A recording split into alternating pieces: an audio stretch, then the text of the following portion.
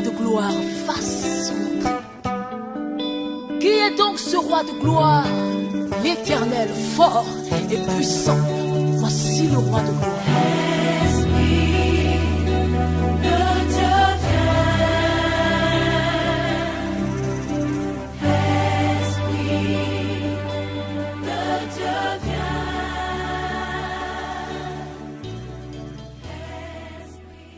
Alors, qu'est-ce que nous attendons aujourd'hui, frères et sœurs, face à toutes ces mutations profondes de l'homme, dans sa vision, dans sa manière, même aujourd'hui, dans sa pratique religieuse. Et parce que nous sommes à la veille de quelque chose qui va encore bouleverser le monde, parce que Dieu répond toujours. Il répond toujours à son Église. Il y a une aspiration profonde, mais c'est aussi l'humanité qui est en attente d'une révélation. Mais la révélation ne viendra que des fils de Dieu, des fils de lumière.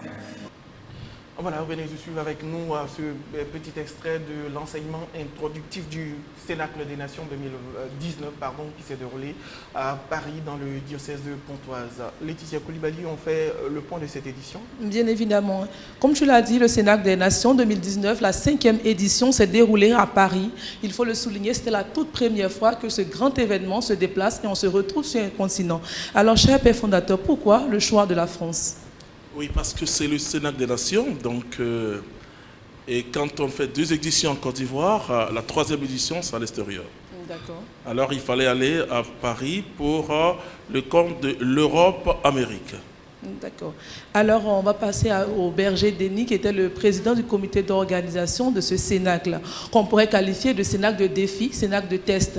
Comment se fait l'organisation d'un tel événement qui suscite un grand engouement dans notre pays, la Côte d'Ivoire ? Alors, il faut préciser d'abord que le Cénacle a été organisé par nos frères de Paris, de la France.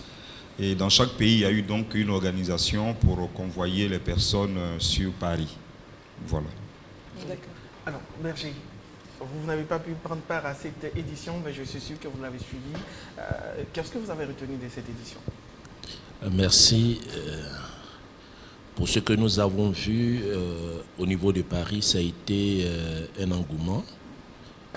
Plusieurs personnes sont venues un peu de partout, et ce qui a rehaussé l'organisation de l'expatriation, je pourrais dire, du Cénacle des Nations. C'est un défi.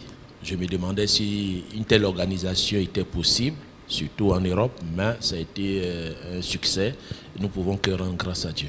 D'accord. Maman Yvette? Alors, je voudrais rendre grâce au Seigneur pour cette édition à Paris. Je n'y étais pas, mais j'avoue que je venais juste de rentrer. J'ai suivi également par le biais des ondes. Et ce que j'ai pu remarquer, c'est d'abord l'engouement que les gens ont eu pour cette édition. Et j'ai remarqué également qu'il y a une soif dans le cœur de ce peuple-là. Les gens sont venus parce qu'ils avaient soif du Saint-Esprit.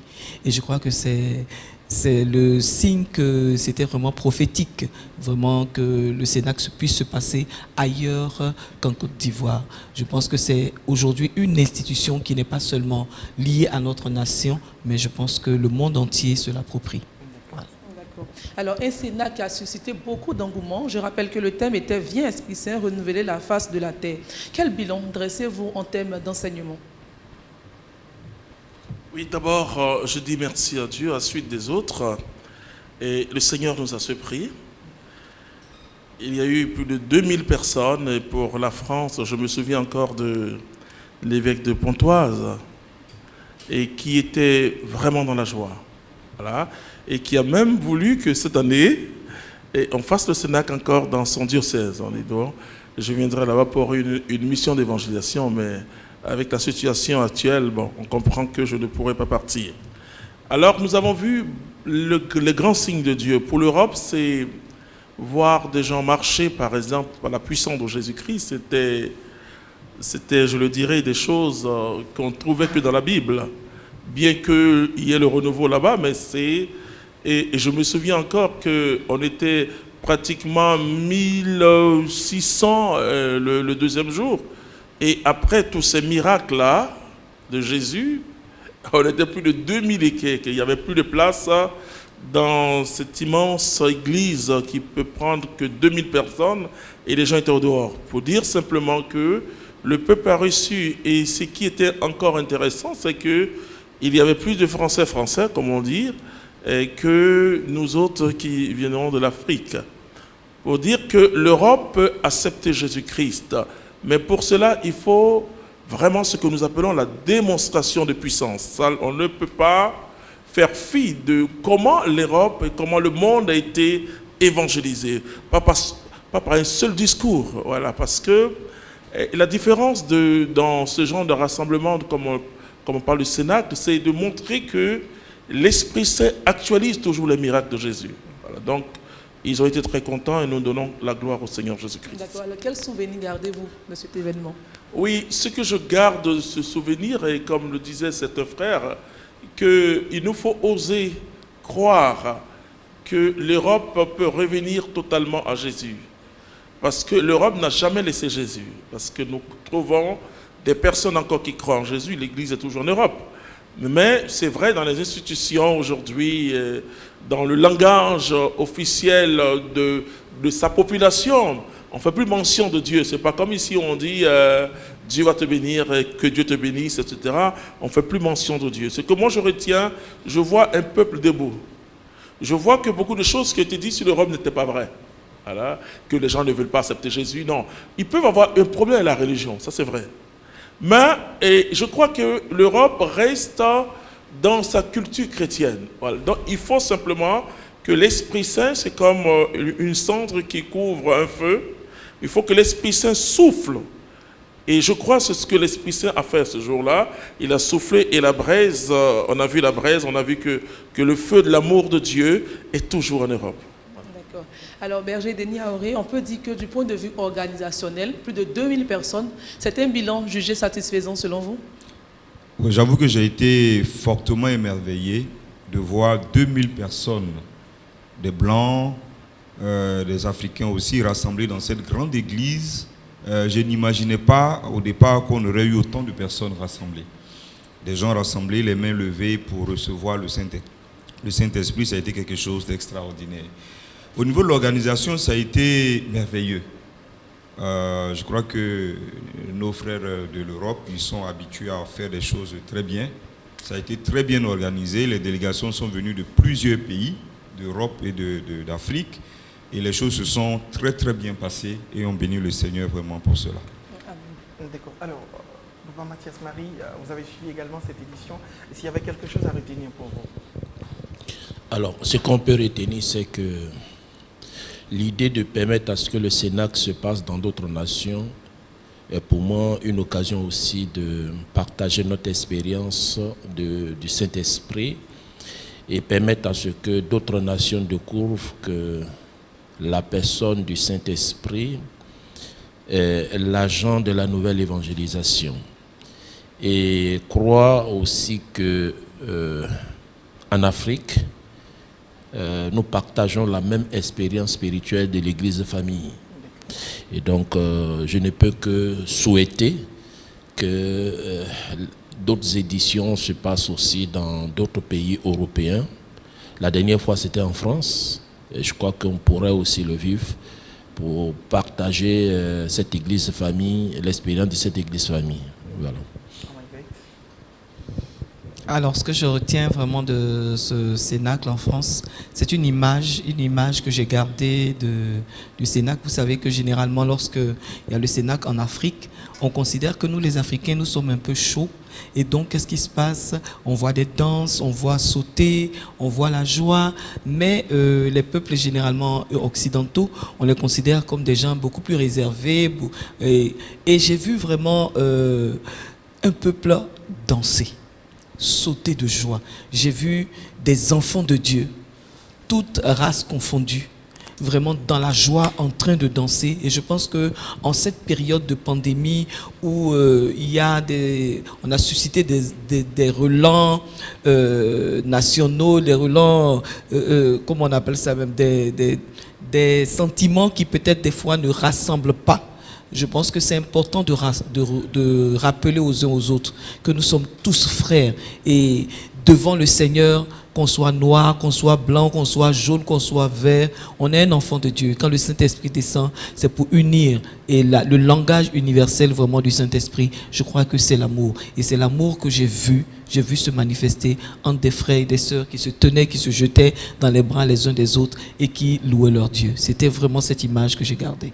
D'accord. Merci. Alors, nous allons marquer une autre pause avec un autre extrait de ce Cénacle des Nations à Paris. Et nous revenons juste après pour la suite de ce plateau. Actes des Apôtres chapitre 2 verset 43 dit: la crainte gagnait tout le monde. Beaucoup de prodiges et de signes s'accomplissaient par la main des apôtres. Actes des Apôtres chapitre 5 verset 12 à 21, on dit ceci: par la main des apôtres, il se faisait de nombreux signes et prodiges parmi le peuple. Ils se tenaient tous d'un commun accord sous le portique de Salomon, et personne n'osait se joindre à eux. Mais le peuple célébrait les louanges. Des croyants de plus en plus nombreux s'adjoignaient au Seigneur. À tel point, écoutez bien, qu'on allait jusqu'à transporter les malades dans les rues et à les déposer sur les lits et les grabats, afin que tout au moins l'homme de pierre à son passage couvrit l'un d'eux. La multitude accourait des villes voisines de Jérusalem, apportant des malades et des gens possédés par des esprits impurs. Et tous étaient guéris. Voilà, de retour avec nous sur le plateau de lancement du Cénacle des Nations 2020. Malgré la situation de crise sanitaire que nous traversons, eh bien, le Cénacle aura lieu. Comment ce Cénacle va se dérouler? Vous êtes à la bonne place pour avoir toutes les informations. Alors, cher Père fondateur, on aurait cru qu'avec la situation de crise sanitaire qu'on traverse, on allait tout bonnement annuler cette édition, mais vous avez décidé de maintenir le Cénacle 2020. Comment cela va se faire? Oui, d'abord nous disons merci au Seigneur parce que c'est vrai que cette crise qui est venue d'une manière qui a surpris toute l'humanité parce que on avait chacun son programme, mais en même temps, et par cette crise, nous voyons cette parole de l'Écriture s'accomplir, hein, et que ce n'est ni par ta force, ni par ton puissance, je dirais, mais ni par ton intelligence, mais c'est par le Seigneur. C'est vrai, l'homme propose et comme on dit souvent, Dieu dispose. Mais gloire soit rendue à Dieu, à la technologie aujourd'hui, il y a la télévision divinement TV, il y a aussi les réseaux sociaux, il y a aussi le Zoom. Et donc nous avons déjà pensé, quand depuis le mois de mars, en se disant, bon, si jamais ça continue, on est obligé puisque le Cénacle est une institution parce que, et comme l'a dit les frères et les sœurs, l'Église, souvent, dans le renouveau, on prépare ce qu'on appelle les 7 semaines. Et le Cénacle était d'abord une activité de la communauté elle-même dans ses maisons qui permettait aux frères et sœurs de renouveler leur alliance dans l'Esprit Saint avec le Seigneur, donc notre cheminement pour recevoir le fusion du Saint-Esprit. Et progressivement, ça a quitté nos maisons et c'est allé à Saint-Albert-le-Grand qui a été la première paroisse à accueillir. D'ailleurs, c'est une paroisse alliance. C'est pourquoi nous avons aujourd'hui l'école d'évangélisation là-bas, parce que nous avons commencé le Cénacle là-bas et ça a permis au peuple de Dieu de vivre le Cénacle. Ensuite, l'Église de Côte d'Ivoire a pris et l'Église d'Afrique, aujourd'hui l'Église du monde. Partout, on parle de Cénacle des Nations. Cénacle, mais nous on a dit le Cénacle des Nations pour aller à un niveau plus haut, pour nous rappeler que l'événement de la Pentecôte, il y avait plusieurs nations là, et c'est là le Saint-Esprit s'est exprimé à travers les disciples. Et donc, ça sera par simplement, en tenant compte d'aujourd'hui, cette pandémie, ça sera en ligne et par télévision, c'est-à-dire à travers la télévision communautaire Divinement TV, à travers aussi les réseaux sociaux, et les gens pourront être chez eux ou en petits groupes, là où il y a le déconfinement, pour suivre. Et pour vivre, comme je le disais aux frères, que c'est là que nous aurons le Cénacle le plus populaire, puisque des millions de personnes vont suivre. Voilà. Et parce que ce sera le Cénacle aussi d'espérance. Et le thème qui nous a été donné est un thème très très fort, hein, puisqu'il s'agit du baptême dans l'esprit, c'est-à-dire de parler vraiment de cette réalité que les disciples ont vécue. Voilà, cette réalité que les disciples ont vécue. Et donc, on ne peut que donner la gloire à Dieu. Donc, les gens vont suivre à partir de notre maison mère, à Saint-François, et ils vont suivre cela en direct, à travers Divin Amour TV, à travers tous les réseaux sociaux de la communauté. D'accord. Alors, comme on le dit, on ne change pas l'équipe qui gagne. Monsieur Denis Aoré, vous êtes encore le PCO de cette année. Comment relève-t-on le défi de l'organisation d'un Sénat? Quand on parle de la réalité du Sénat qui suscite beaucoup de monde sur place, maman Yvette l'évoquait tout à l'heure, ce sont les danses, les chants. Et aujourd'hui, on va danser et chanter à la maison. Comment on s'organise du point de vue logistique? Alors, Saint Paul dit qu'on n'enchaîne pas la parole de Dieu. C'est vrai qu'il y a le coronavirus, mais la parole de Dieu doit continuer à se répandre. Alors, comme a dit papa tout à l'heure, ce sera un cénacle, le cénacle le plus suivi. Par site, comme on ne peut pas dépasser 200 personnes, alors chaque responsable de la communauté essaiera donc ainsi de rassembler au maximum 200 personnes en tenant compte des mesures de distanciation sociale. Et ceux qui ne pourront pas malheureusement être présents sur ces sites-là pourront chez eux, en famille, comme on le fait pendant les messes là, en famille, suivre donc le cénacle. Alors ça sera donc l'occasion pour les différentes familles, ceux qui n'ont pas l'habitude de venir au cénacle comme habituellement, de pouvoir vivre ce temps à la maison chez eux. Alors ils pourront louer Dieu, chanter, et le Saint-Esprit descendra dans chaque famille, ça sera encore plus glorieux. D'accord. Un cénacle, bien évidemment, qui sera beaucoup suivi. Quel est l'impact d'un tel cénacle sur les personnes qui vont prendre part? Oui, d'abord, il faut voir le contexte actuel, qui était un contexte assez lourd. Assez lourd, où durant plus de 2 mois, il n'y a pas eu de messe dans la plupart des pays. Et ce sera un cénacle de l'espérance, comme je l'ai dit. Et comme l'a dit tout à l'heure le frère Denis, c'est une visitation du Saint-Esprit. Et j'étais en train de dire que pour la première fois, on trouve 3 rencontres, et la Pentecôte de cette année, et le 31 mai, c'est la fête de la Visitation. Ça sera aussi la fête des femmes, des mamans comme on dit, et en même temps la fête du Saint-Esprit. Donc imaginez-vous ce que le Saint-Esprit fera ces jours-là. Et donc le cénacle, c'est une préparation. D'abord, c'est d'abord une préparation à cette grande effusion de l'Esprit à la Pentecôte. Alors ça sera un cénacle d'espérance, un cénacle de puissance du Saint-Esprit, parce que, vous savez, ce que le coronavirus et les mesures de confinement ont permis à certaines familles de se rapprocher et de voir même, surtout nous qui sommes toujours partis, de voir un peu qu'on a aussi un devoir envers notre épouse, avec notre époux, avec nos enfants, etc. Donc ça rassemble quand même les familles.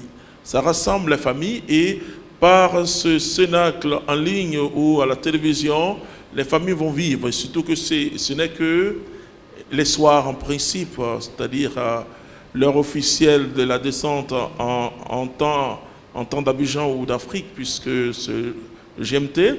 Et pour l'Europe, ça sera une heure vers 20h30 pour la plupart des pays de l'Europe. Et pour l'Amérique, ça sera pratiquement la pause.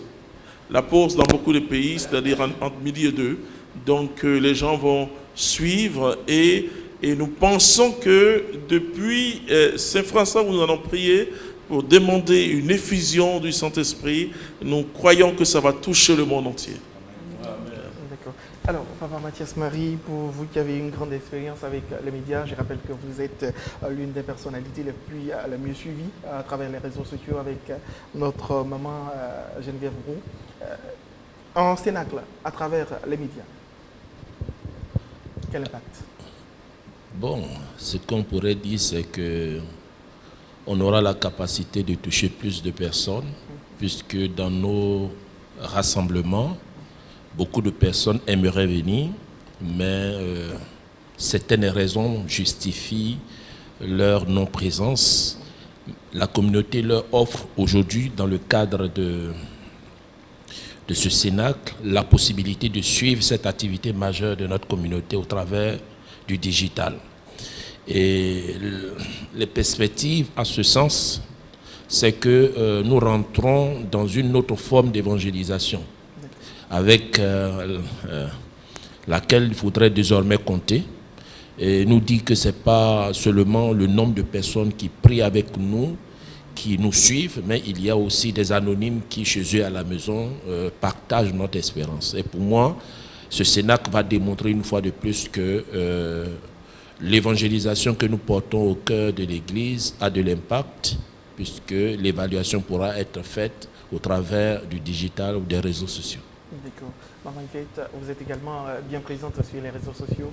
Alors, qu'est-ce que vous pensez de cette initiative-là, de ce Cénacle à travers les médias? Alors, je crois véritablement que ce Cénacle sera le Cénacle de la réalisation d'une parole prophétique que le Seigneur avait donnée en son temps. Il a dit que ceux qui viendraient après lui feraient des choses plus grandes. Mais c'est pas en termes, je pense que c'est pas en termes de miracle, parce que personne ne l'a égalé dans son ministère de miracle. Mais ce qu'il n'a pas réussi à faire, c'est que l'évangile, c'est de ne pas pouvoir prêcher ou annoncer la bonne nouvelle de l'évangile en même temps à des milliers de personnes. Or, aujourd'hui, par le biais des ondes, on peut être chez soi et puis annoncer la parole de Dieu à 100 000 personnes, à 1 million même de personnes.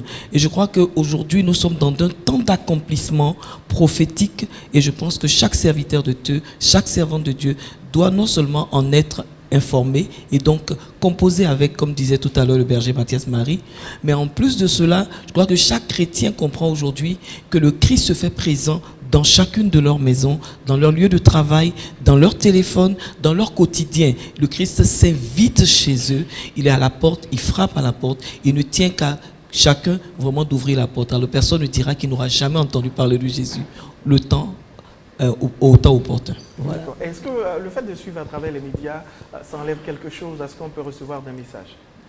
Ah mais non, pas du tout, pas du tout. Je ne pense pas que ça enlève, au contraire. Au contraire, je pense que là, quand on est généralement en assemblée, dans une foule, on peut être distrait par quelqu'un qui se lève, qui fait quelque chose, mais quand on est devant son écran, on est seul devant son écran. C'est un face-à-face avec le Seigneur. C'est une communion directe et je pense qu'à ce moment-là, on tire le maximum de l'enseignement parce que le message est donné pour nous en particulier. Et je crois que c'est ce qui a fait la particularité du Christ, c'est que le message qu'il nous annonce est toujours un message qui est personnalisé. L'expérience du Christ est une expérience personnelle et c'est important que chacun comprenne que lorsque ce message sera donné, il le recevra en fonction de la mesure de Christ qui est en lui.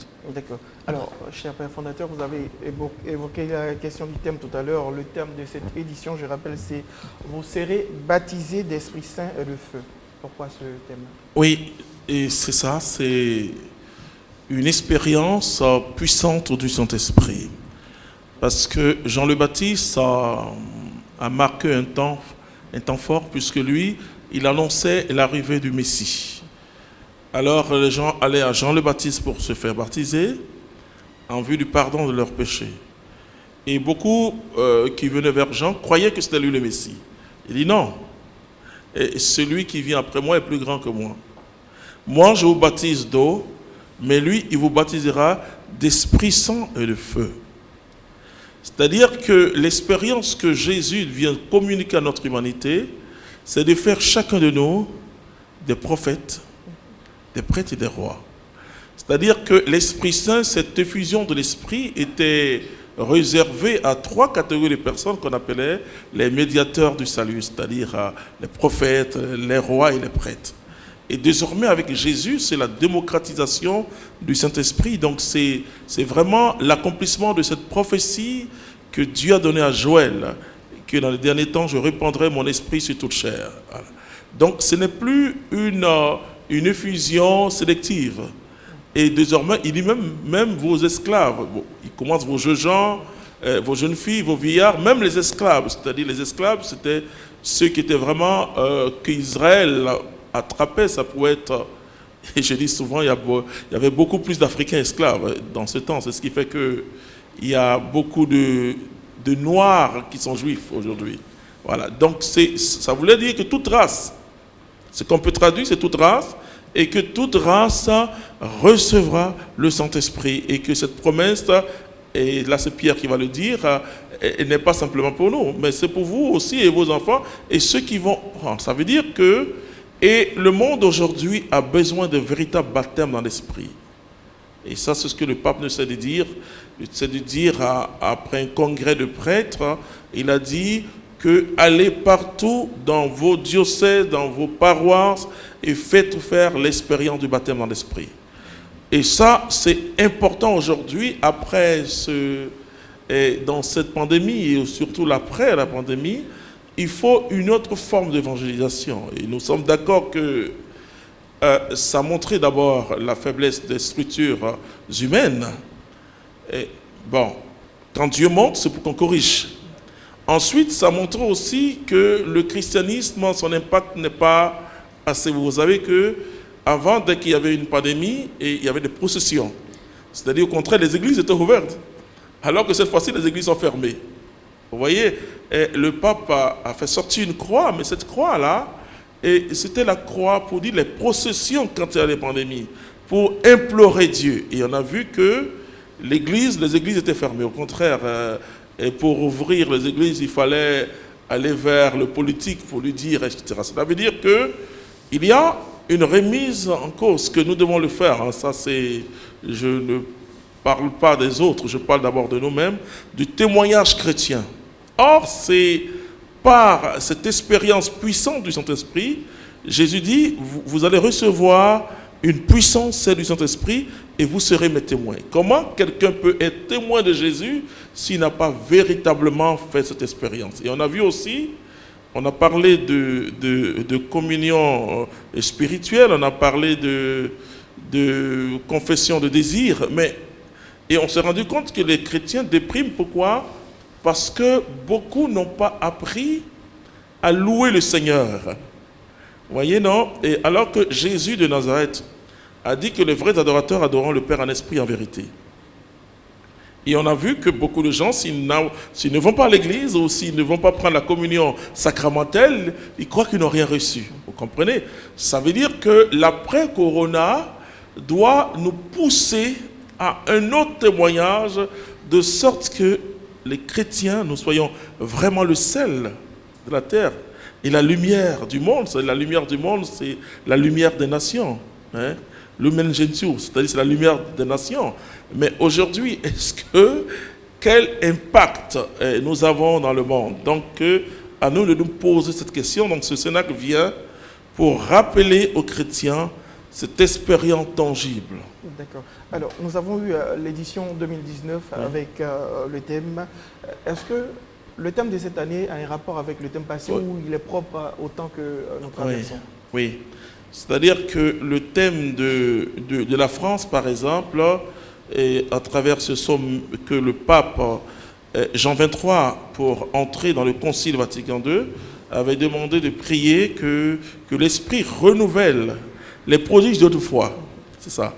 C'est-à-dire que puisqu'on ne voyait plus ce temps, et vous savez que le Concile Vatican II a été vraiment un temps de renouveau.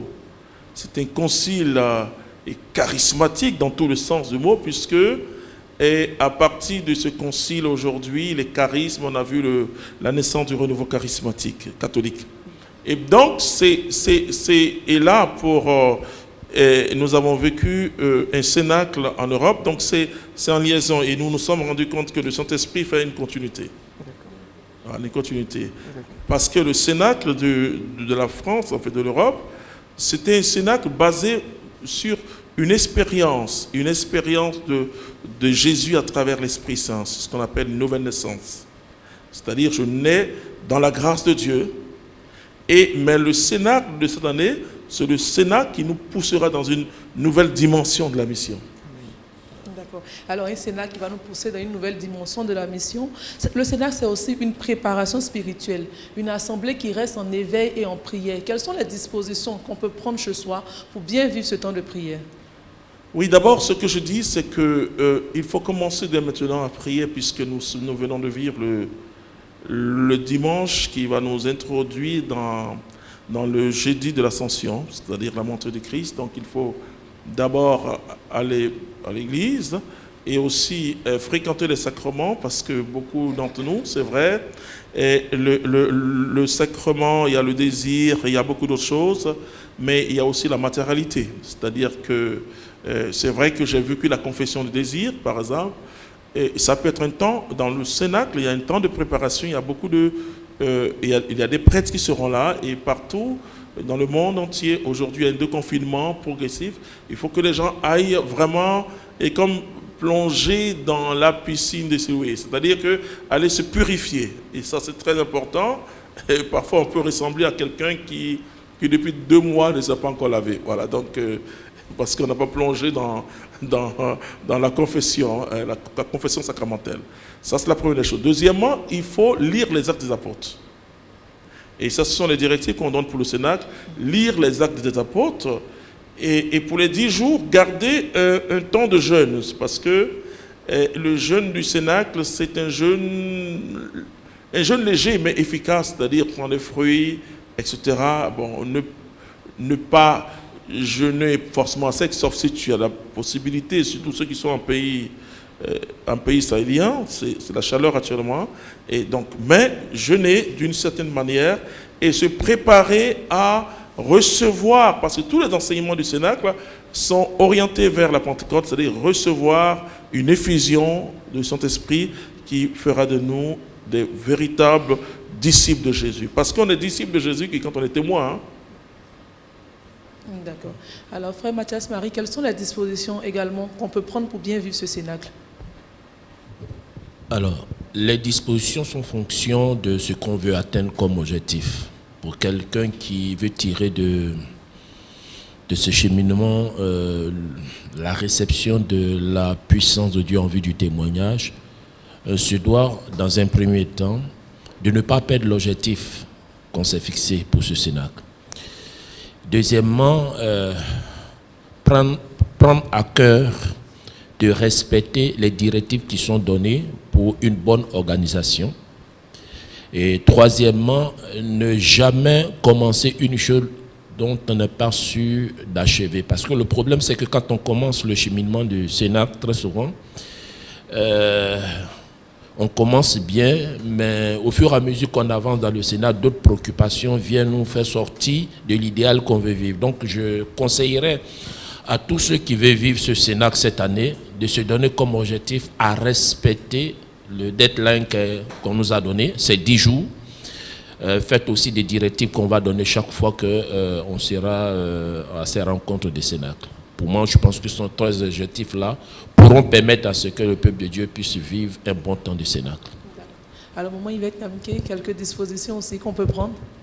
Alors, je voudrais peut-être à ce niveau-là m'adresser à ceux qui sont à la maison, chez eux, et qui vont devoir vivre le Cénacle par les ondes. Je voudrais particulièrement leur dire que c'est un défi. Le Saint-Esprit est une personnalité que nous devons recevoir. Et ce n'est, en tout cas moi en tant que femme, et puis pour beaucoup qui sont à la maison, savent que quand il y a une personnalité qui doit arriver à la maison, il y a des dispositions inhabituelles qu'on prend. On fait en sorte de nettoyer la maison, d'arranger la maison, écoutez, enlever toutes les choses qu'ils avaient l'habitude de faire, que les gens aillent tant que possible vraiment vers le sacrement de la réconciliation, qu'ils aillent vraiment se confesser, demander au Seigneur pardon pour ces 2 mois où ils sont restés, parce que pendant ces 2 mois à la maison en confinement, il y a beaucoup de choses qui se sont passées. Donc qu'on puisse aller en confession, demander pardon au Seigneur et puis changer sa robe. La deuxième chose importante à mon sens, c'est vraiment la discipline. Il faut qu'on soit discipliné envers soi-même. L'apôtre, comment il s'appelle, le prophète Jean-Baptiste dit, depuis le temps de Jésus-Christ, ce sont les violents qui s'emparent du royaume. Mais ce n'est pas les violents envers les autres, mais c'est envers eux-mêmes. Et je pense qu'aujourd'hui, c'est cette violence-là que le Seigneur nous demande. Qu'on puisse être discipliné pour s'asseoir devant son écran à l'heure précise pour lire les textes. C'est-à-dire, c'est une période de 10 jours pour lire les textes qu'on doit lire. Tout à l'heure, le fondateur parlait des textes de la Pentecôte, des actes des apôtres. Il est important qu'on se donne une discipline, qu'on puisse lire vraiment d'ici la fin du Cénacle, on a 10 jours pour pouvoir finir de lire tous les actes des apôtres. Il faut le subdiviser et puis se donner du temps pour le faire. Quand on jeûne, aussi, quand on ajoute en plus le jeûne, il faut qu'on fasse l'effort de quoi faire aux heures où on sait qu'on a l'habitude d'aller manger, de manger à la table du Seigneur, à sa parole. Donc, aller lire les différents textes qui sont donnés à cette heure-là. Généralement, vers midi, midi 30, entre midi et 13h, on sort, on va manger quand on est au bureau. Mais justement, entre midi et 13h, c'est l'heure de la nourriture. Il faut pouvoir s'approcher de la table du Seigneur et puis prendre sa Bible et lire les textes du jour. Les textes, en tout cas, qu'on s'est donnés pour le jour, de sorte qu'à la fin de ces 10 jours, on ait effectivement fini de lire. Alors, notre cœur sera comme une terre qu'on a retournée, de laquelle on a enlevé les scories, on a tué tous les mauvais vers, on a tout enlevé, et quand la parole de Dieu vient, elle entre dans ce cœur, c'est une bonne terre qui est prête à donner le meilleur. Et je crois qu'au sortir de là, on est un chrétien équilibré, on est un chrétien rempli du Saint-Esprit, on est un autre Philippe. Voilà, merci. D'accord. Alors papa, c'est un cénacle spécial que nous allons vivre. Alors quels seront les intervenants? Oui, d'abord, vous avez ces frères qui sont là, le frère Mathias Marie, la sœur Yvette Niamke, le frère Denis Aoré, le frère Manawa, Robert, ensuite moi-même et le père Guy Coutouin et le père Alain de la Martinique, le père Désiré de la France, et donc puis bien d'autres. La sœur Myriam, voilà, donc et c'est toutes ces personnes-là qui viendront et nous enseigner, nous aider vraiment à grandir dans cette présence du Saint-Esprit. Alors, le choix de ces intervenants répond à ce cénacle spécial. Oui, ce sont des frères et des sœurs qui ont cette expérience de cette Pentecôte nouvelle. C'est très important parce que depuis la première Pentecôte, le Saint-Esprit n'a jamais cessé dans l'Église d'agir. Mais nous sentons que dans notre siècle, il agit vraiment d'une manière particulière où surtout le Saint-Esprit est en train de toucher des personnes inattendues qui deviennent des prédicateurs. Et vous voyez aujourd'hui beaucoup de laïcs qui prêchent l'Évangile et vous les voyez prêcher dans la puissance du Saint-Esprit. Ils font partie de ce que j'appelle les ouvriers de la 11e heure, c'est-à-dire ceux qui étaient assis là et qui attendaient. On dit, mais et vous? Voilà. Partez parce que vous avez aussi le même salaire que les premiers ouvriers. Et donc ce sont des frères qui ont une grâce de réveil, surtout parce que, comme par hasard, on a donné le thème sans savoir, parce que les thèmes sont donnés un an avant, sans savoir ce que le monde est en train de vivre. Or, je vous assure que le monde a besoin d'une visitation du Saint-Esprit. Et pour que le monde d'abord puisse espérer, parce que ce n'est pas la fin du monde, cette pandémie, et que le monde puisse savoir qu'il y a un Dieu, il existe un Dieu. Il existe un Dieu, pour cela il faut des témoins parce que la différence entre un témoin et celui qui a seulement une connaissance théologique, biblique ou même philosophique, c'est que lui il fait du reportage, alors que le témoin il vit la chose, et quand il dit Jésus, il sait de qui il parle. Et c'est ce que nous voulons que tous les chrétiens du monde entier vivent. C'est que quand ils disent Jésus, ils connaissent cette personne, ils ne parlent pas de quelqu'un qu'ils ont appris dans les livres, mais quelqu'un qu'ils expérimentent chaque jour. Et c'est ça la Pentecôte. Alors, Papa Mathias Marie, comme le Père fondateur l'a dit tout à l'heure, vous allez intervenir en tant que participant à ce Cénacle 2020. Est-ce que déjà on peut voir à quel niveau va se situer votre intervention? Alors, mon intervention va consister également à présenter la personne du Saint-Esprit et inviter les uns et les autres à découvrir cette merveilleuse personne de la Trinité Sainte et aussi à cultiver dès maintenant une communion profonde avec l'Esprit de Dieu. Voilà, donc je crois pour ma part que tout ce que nous pouvons recevoir comme art de l'esprit procède inévitablement de notre niveau d'intimité, de communion avec l'esprit, puisqu'on ne peut pas se fabriquer ce qu'on ne reçoit de celui qui pourvoit. Donc cela va consister à ma contribution sera à ce niveau. D'accord. Alors, ce que je voudrais dire ici, c'est que mon thème portera sur Acte 19, 6. Et je crois qu'aujourd'hui, les chrétiens savent tous que l'administrateur des fruits de la rédemption, c'est le Saint-Esprit.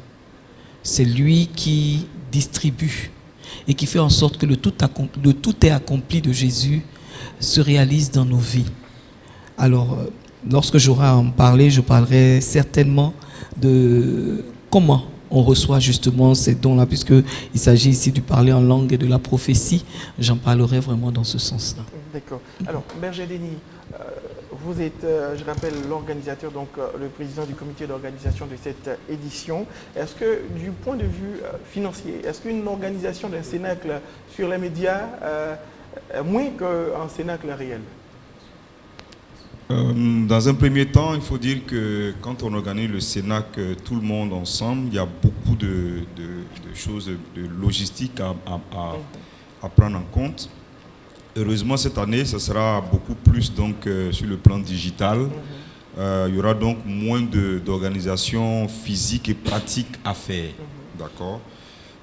Cependant, il y a quand même la prise en charge donc, de tout ce qui est matériel de sonorisation, puisque on aura donc un cénacle un peu éclaté, d'accord. Et au niveau donc de la télévision également, il y a un certain nombre de dispositions à prendre. Voilà à ce niveau-là. D'accord. Alors nous arrivons pratiquement donc à la fin du plateau de lancement du Cénacle des Nations 2020. Le temps pour moi de faire un dernier tour de table. Vous avez la parole, vous allez garder la parole donc pour votre mot de fin. Alors je rends grâce à Dieu.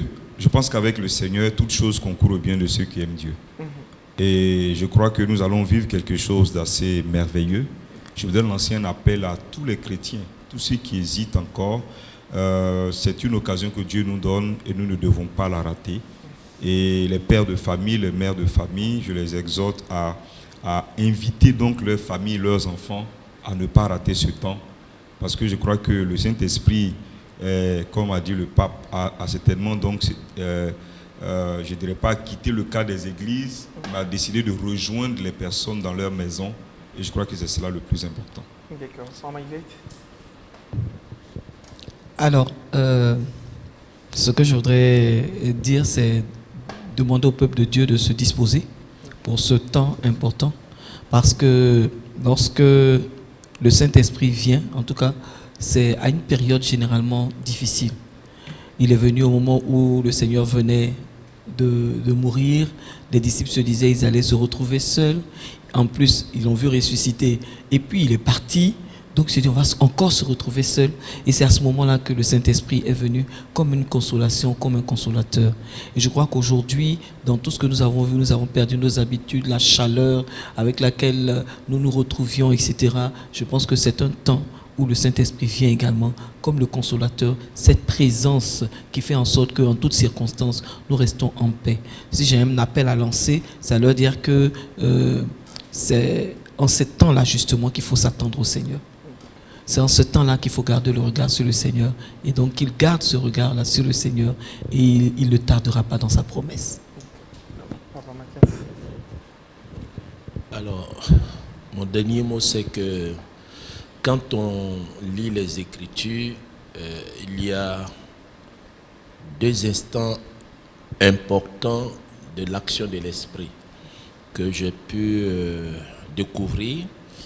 Au moment où les disciples étaient perturbés, Jésus est apparu, il a soufflé sur eux et dit « Recevez l'Esprit ». La paix et la consolation leur ont été données. Mais en plus de cela, les apôtres ne se sont pas contentés simplement de retrouver la paix intérieure. Mais Jésus va leur faire la promesse qu'ils doivent vivre une autre expérience, celle du baptême du Saint-Esprit qui ouvre à l'action de la puissance de Dieu sur la vie du chrétien. Pourquoi Jésus l'a fait ainsi? Parce qu'il savait que dans Actes chapitre 8, verset 1, l'Église entrerait dans un grand tourment. Nous sommes dans des moments de grande tribulation un peu partout dans le monde. C'est l'époque où le chrétien doit expérimenter la puissance de Dieu. Pas seulement ce Dieu qui console seulement le chrétien dans là où il est, mais le chrétien doit se saisir de cette promesse pour que nous soyons prophètes de notre temps. L'Église doit parler, le chrétien doit parler. Il ne doit pas seulement se contenter de son salut, mais il doit être un instrument de salut, un sacrement de salut pour ceux de son temps et de son époque. Voilà ce que je vais dire. Et donc inviter le peuple de Dieu à se saisir de cette opportunité pour entrer dans l'esprit prophétique de l'Église. Amen. Alors, j'ai terminé ce tour de table avec le Père fondateur. En tout cas, je dis merci à Dieu, je dis merci à Divine Amour TV. Je dis merci à tous les frères et sœurs, peut-être que vous ne les avez pas mentionnés, les frères et sœurs qui sont porteurs de réveil, porteurs de ministères au sein de la communauté. Et pour montrer d'abord la particularité de ce cénacle, c'est que nous avons tous compris que Dieu doit aujourd'hui nous conduire autrement. Avec ce que le monde a vécu, ce qui était très dur, et surtout dans des pays comme l'Espagne ou l'Italie, où on montrait les voitures militaires transporter les cercueils et cercueil sur cercueil, ça veut dire que toutes ces images-là gravées dans l'esprit de l'humanité actuelle, et toutes ces images ont besoin d'être transformées par la puissance de notre esprit, et que nous devons voir une espérance, non pas le désespoir, non pas la mort. La mort a été vaincue par Jésus-Christ. Alléluia. Donc ce cénacle sera un cénacle, comme je le dis, au risque de me répéter, un cénacle d'espérance et de puissance du Saint-Esprit. Comme l'a dit tout à l'heure le frère Mathias Marie. C'est-à-dire qu'il ne faut pas avoir peur. Et d'ailleurs, ce que Jésus a dit, quand il est sorti du tombeau, n'ayez pas peur. Les chrétiens ont peur. Vous voyez, je ne demande pas aux chrétiens, moi, d'aller au martyr. Mais nous sommes déjà des martyrs en tant que témoins, parce que le témoin était martyr, martyrus, ça veut dire témoin. Et que nous devons vivre ce témoignage que par le Saint-Esprit. Pas par notre bravoure, pas par nos compétences, pas par nos bagages intellectuels, nos diplômes, mais par le Saint-Esprit. Et que ce monde-là dépend aussi de nous. Et ce monde dépend de nous dans le sens que nous sommes le sel. Il dit, si le sel perd sa saveur, il faut qu'on se pose la question aujourd'hui. La gestion de cette crise nous montre que dans l'esprit des nations, l'Église ou la religion ne compte plus. C'est-à-dire qu'ils ne sont plus consultés. Ce n'est pas comme au Moyen-Âge où on venait demander à l'évêque d'organiser des messes pour que cette pandémie quitte. Le monde se dit scientifique, en même temps on voit la limite de la science, puisqu'on est encore dans le tourment, puisqu'il n'y a pas encore de remède à cette pandémie. Ça veut dire simplement que c'est le surnaturel. Je finis par là. C'est le surnaturel. Il ne faut pas que les chrétiens croient que le christianisme est une religion dans le sens où on fait des sacrements, on vient... Bon, non, ça c'est le cultuel. C'est pas être spirituel, ça. C'est le cultuel.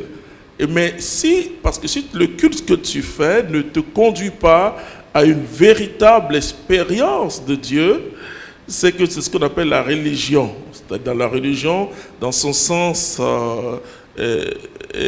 psychique, même sociologique, ça veut dire ça. Ça veut dire que ce sont des pratiques.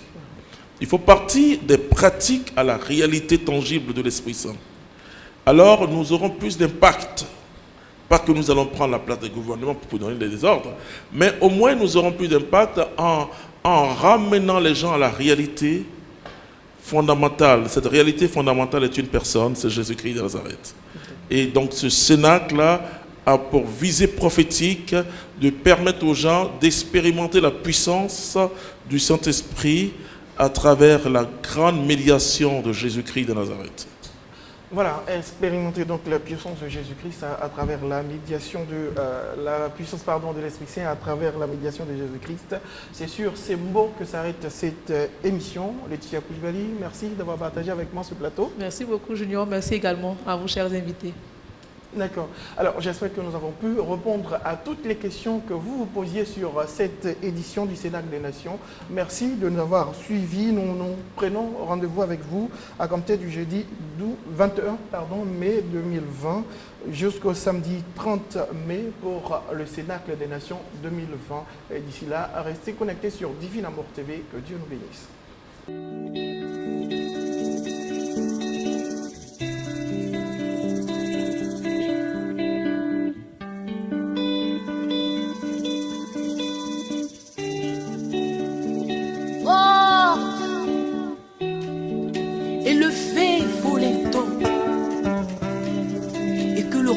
gloire fasse son camp.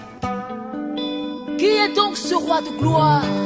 L'Éternel fort et puissant, voici le roi de gloire.